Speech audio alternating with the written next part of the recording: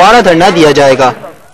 अगर वो 7 दिन के अंदर वो डेडलाइन अगर ना देता तो मुमकिन था कि हम वहां पे आखिरी दम तक वहां में जिंदगी गुजारना था, लेकिन उन्होंने 7 दिन का डेट दिया तो फिर हमारा उनके साथ जो है ना ये मुतालिबा बराबर आ गया सर।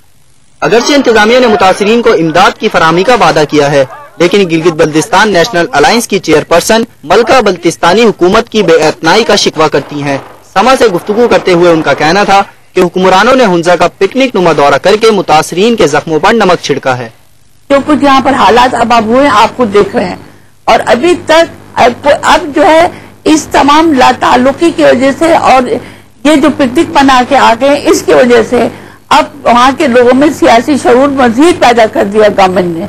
जिस तरह से गवर्नमेंट ने हमारे साथ ज्यादती की है, हमारे लोग वहाँ रो रहे हैं और ये ऊपर हेलीकॉप्टर में उठ के चाय पी रहे हैं, खाना खा रहे हैं। अताबाद झील के मुतासरीन का दर्द नवाज लीग के कायद मियां नवाज शरीफ ने भी महसूस किया है। एक बयान में उनका कहना था कि हुकूमत अताबाद झील के मुतासरीन की इमदाद में हाइल सुर्ख फीते की रुकावटें दूर करे और मुतासरीन की फौरी मदद की जाए। दूसरी जानिब जमात इस्लामी के रहनुमा और साबिक सिटी नाजिम कराची नेमतुल्लाह खान समझते हैं कि हुकूमत बैरूनी इमदाद की मुंतजिर है। उन्होंने कहा कि बैरूनी इमदाद का इंतजार हुकूमत की हिमाकत होगी। जमहूरियत का नारा लगाने वालों ने मुतासिरा अफराद की इमदाद के सिर्फ दावे ही किए हैं। अरे अवाम का इतना बड़ा मसला, इतना बड़ा वहां पर झील जो है बन के उभर रही है, बहा रही है, लोगों को आबादियां वहां से फड़ रही हैं और आपको उसकी इत्तला नहीं है। इतने दिन के बाद वज़ीर आज़म को तौफीक हुई कि वो कल यहाँ तशरीफ लाए। हुंजा की अताबाद झील में पानी की सतह खतरनाक हद तक बुलंद हो रही है। मुबस्सिरीन का कहना है कि हुकूमत आजमाइश की घड़ी आने से कबल एहतियाती तदाबीर यकीनी बनाए, कहीं ऐसा न हो कि पानी सर से गुजर जाए। मुत्तहदा कौमी मूवमेंट के कायद अल्ताफ हुसैन ने हुंजा मुतासरीन के लिए हुकूमत से फौरी तौर पर इमदादी पैकेज ऐलान करने का मुतालबा किया है। अल्ताफ हुसैन ने हुंजा के मुतासरीन की हालत पर अफसोस का इजहार किया। उनका कहना था कि हुंजा गोजाल की मुतासरा माएं, बहनें, बच्चे, बुजुर्ग और नौजवान लैंड स्लाइडिंग और मस्तूरी झील के बाइस बेघर होकर रह गए हैं। कई दिनों से कैंपों में कस्मा पुरसी की हालत में मुब्तला है। अल्ताफ हुसैन का कहना है कि इन मुतासरा अफराद के लिए किसी किस्म के रिलीफ पैकेज का ऐलान नहीं किया गया है, जिसकी वजह मुतासरीन में शदीद बेचैनी पाई जाती है। अल्ताफ हुसैन ने हुंजा नगर के मुतासरीन के लिए हुकूमत की हंगामी बुनियादों पर इमदाद और बहाली के लिए फौरी रिलीफ पैकेज का ऐलान करने का मुतालबा किया है।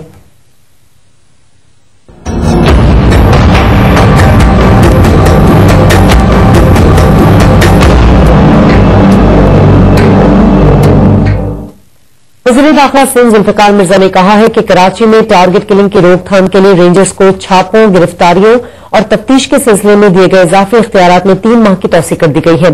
सिंध असेंबली बिल्डिंग में इशाइये के मौके पर सहाफियों से गुफ्तगू में जुल्फ़िकार मिर्जा ने कहा कि कराची में हथियार लेकर चलने पर पाबंदी आयद कर दी गई है।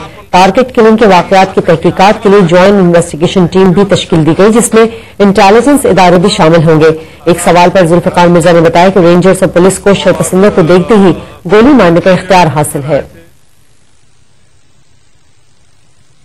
हुकूमती दावों के बावजूद कराची में टारगेट किलिंग का सिलसिला जारी है। ताजा वाकये में शाह फैसल कॉलोनी में पेश आया, जहां एक और सियासी कारकुन को कत्ल कर दिया गया है। पुलिस जराये के मुताबिक शाह फैसल कॉलोनी नंबर 1 में मोटरसाइकिल सवार मुसल्लह अफराद ने 40 साल अजीजुल्लाह खान पर फायरिंग कर दी, जिससे वो मौके पर जाँ बहक हो गया। वाकये के बाद इलाके में कशीदगी फैल गई। मुश्तल अफराद ने दुकानें बंद करा दी, जिसके बाद पुलिस और रेंजर्स की इजाफी नफरी इलाके में पहुंच गई।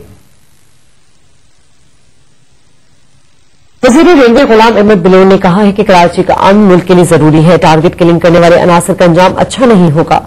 मरकजी तंजीम ताजरान पेशावर कैंट के अहदेदारों की तकरीर हल बर्दारी के बाद मीडिया से गुफ्तगू में बशीर बिलोर ने कहा कि पख्तून कमजोर नहीं बल्कि अमन पसंद है। वज़ीर रेलवे ने पेशावर कंटोनमेंट बोर्ड की जानिब से ताजरों को हरासा और तोड़फोड़ करने के वाकयात पर अफसोस का इजहार किया और कहा कि तजावुजात खत्म करने से कबल एतमाद में लेना चाहिए था।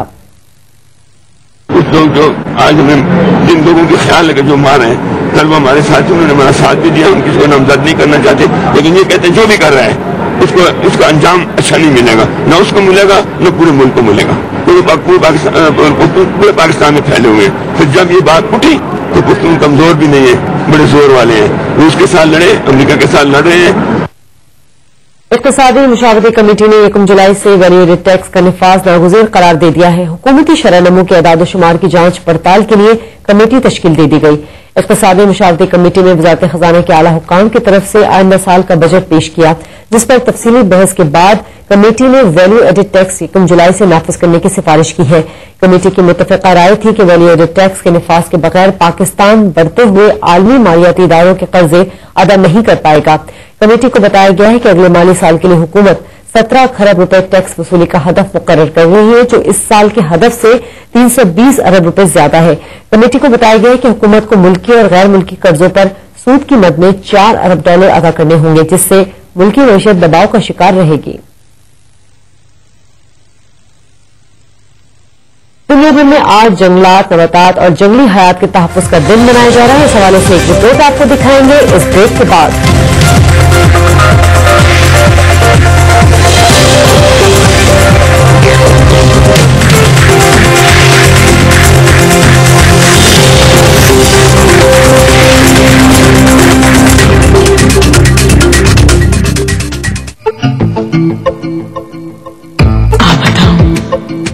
कि जो तू नहीं जानता, आ तू चख ले जरा आम का मीठा रस। आम को थाम ले, उंगलियां उस पे कस, होठों पे आम का रस बरसने को है। रसीले आम का मजा लेने का खास अंदाज नए स्लाइस में। स्लाइस मैंगो जूस, जिसके घूंट घूंट में फ्रूट। के ज़हन पे क्या कुछ होता है? मेरे ज़हन पर बहुत कुछ। पाकिस्तान के लिए जीतना, मोटर बाइकिंग और बच्चों के साथ बच्चा बन जाना। मेरे ज़हन पे ये सब कुछ सिवाय खुशकी की परेशानी के, क्योंकि मैं इस्तेमाल करता हूँ हेड एंड शोल्डर्स। जबरदस्त।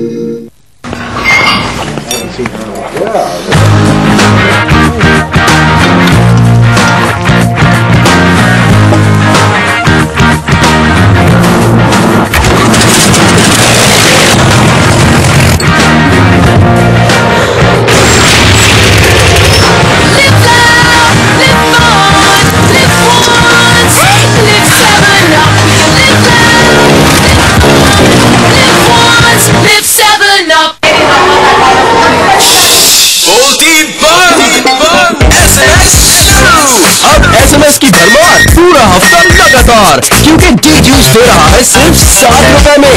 अब 1000 SMS। Dial 555 to activate now. D juice, one place, it's fun to be young, है? के ज़हन पे क्या कुछ होता है? मेरे ज़हन पर बहुत कुछ। पाकिस्तान के लिए जीतना, मोटर बाइकिंग और बच्चों के साथ बच्चा बन जाना। मेरे ज़हन पे ये सब कुछ सिवाय खुशकी की परेशानी के, क्योंकि मैं इस्तेमाल करता हूँ हेड एंड शोल्डर्स। जबरदस्त।